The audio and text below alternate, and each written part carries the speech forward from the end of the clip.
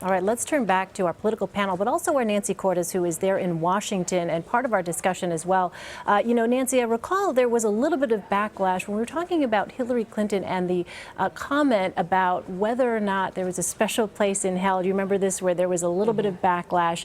Young millennial women especially did not like the notion that just because they are female, they should be required to vote for the female candidate.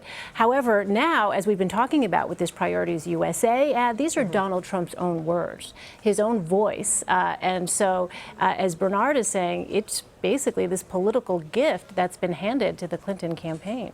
And you can imagine that there are several more gifts in that gift bag because, there's sort of an endless supply of material on this topic. He did a lot of radio interviews with Howard Stern back in the 90s. They probably had a hard time, frankly, choosing which of those sound bites they were going to use for this initial ad. So I wouldn't be surprised if there was more where that came from. And certainly, you're right. This is a better tactic for the Clinton campaign and for the super PACs that support it to look for solidarity among women, to show women what the alternative is, rather than to try to create some kind of sense of obligation among women. And I think that they really learned from that experience when Madeleine Albright said what she has said many times before, frankly. It's kind of her catchphrase, that there's a special place in hell for women who don't support women. And I think women of that generation kind of get that phrase and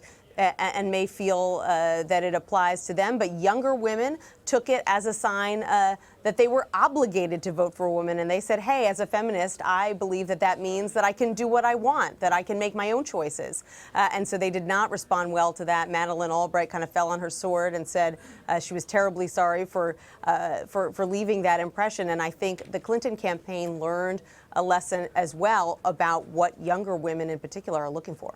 Leslie, I want to ask you about this notion, Ivanka Trump here pushing back against the New York Times piece. She's obviously out there as a surrogate and as his daughter, defending him in a way that only she can as his daughter. What do you make of that particular strategy and what you heard there earlier from Ivanka Trump? It would be really interesting to be like having the Bush daughters come out and have to defend. First, I couldn't imagine they'd have to defend something so heinous as something like that with George W. Bush, but it's just in contrast. It's really interesting. I think people put this in a category where they say this is really his daughter. As unfortunate as it is that she has 10 years of experience as an executive within the company, people think it's nepotism, that she's being encouraged to say this, and she's being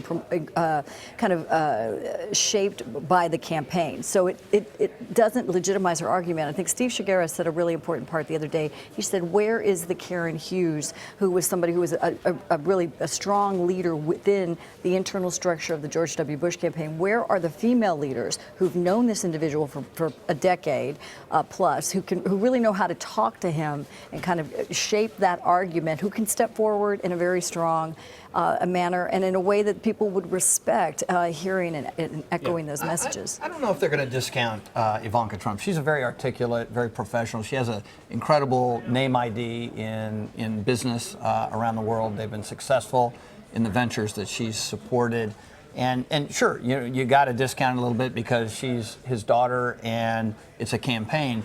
But I don't know if you can have a better spokesperson who's someone as intimately knowledgeable about the inner workings of the Trump organization, and her credibility as a professional woman, I think, is unassailable. So you take the best shot you have. I think the interview that we just saw a clip on and we'll see more of Wednesday, they can't get enough of that. They put her out every single day on every TV opportunity they can, because I think she can be articulate about the other Donald Trump that we hear so much about, right? Oh, he's not like this behind the scenes.